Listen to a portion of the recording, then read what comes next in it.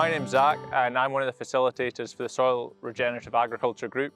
This is a group of farmers set up under the Farming for Better Climate initiative, looking at ways to look after soils on farms. At Backboath today, we're actually here to talk about fixed costs.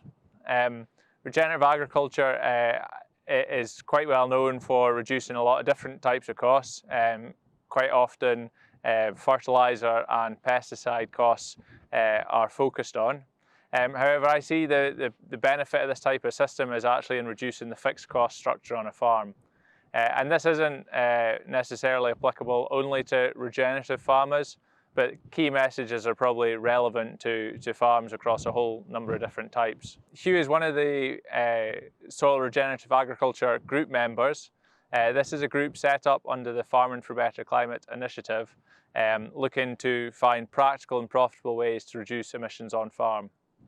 The Soils group's been running for approximately 3 years. It's a group of 5 farmers who are all trying different management techniques, ways to look after their soils, but also fit with the Scottish climate, which can be quite challenging. A lot of the reduced tillage research and indeed on-farm trials have been done in arid climates, and we're really working with these guys to see whether we can make these techniques work in a Scottish context where often we're getting too much rain instead of too little, like in many of the climates in the States.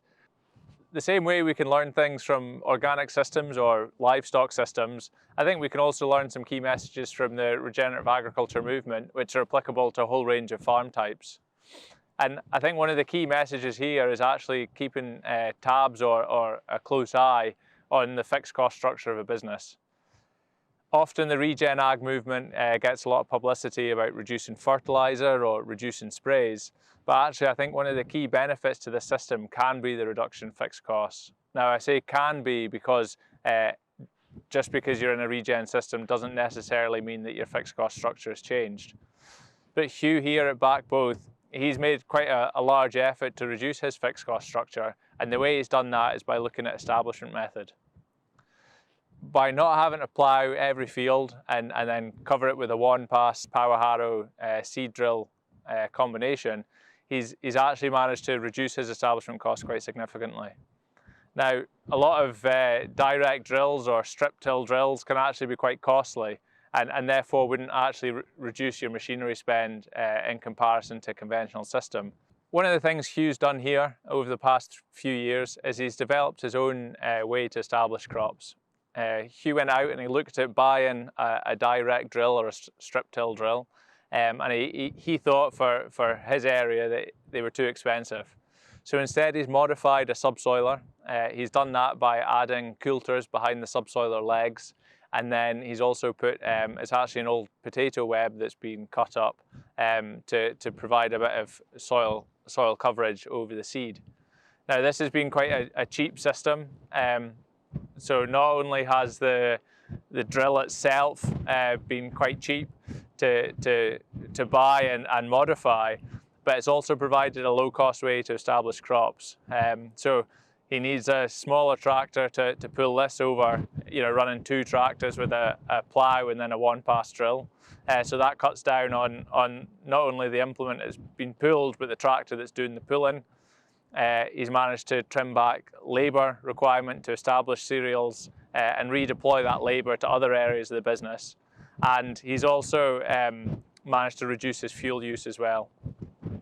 Now, modifying the drill is not for everybody, but I think the key point here is actually looking at the fixed costs and scrutinising every spend on farm. We can spend a lot of time talking about fertiliser or spray costs, which have increased exponentially over the past year. But actually the profitability to a lot of businesses comes from that fixed cost structure. Or in fact, it works the other way where the fixed costs are too high. So what I would do is I would encourage farms to actually look at these, to benchmark them, compare them against other farms. There's a number of different software tools out there that allow you to do this. You can do it on per tonne of grain produced, you can do it per hectare, whatever really suits your business. And when you start looking at these costs, remember them in context with the rest of the farming system. So, drive to the bottom's not always the best thing, but if you can do that, like well maintaining output, you can start to develop profitable farming systems which will withstand quite significant changes in the market, some of the volatility that we've seen recently.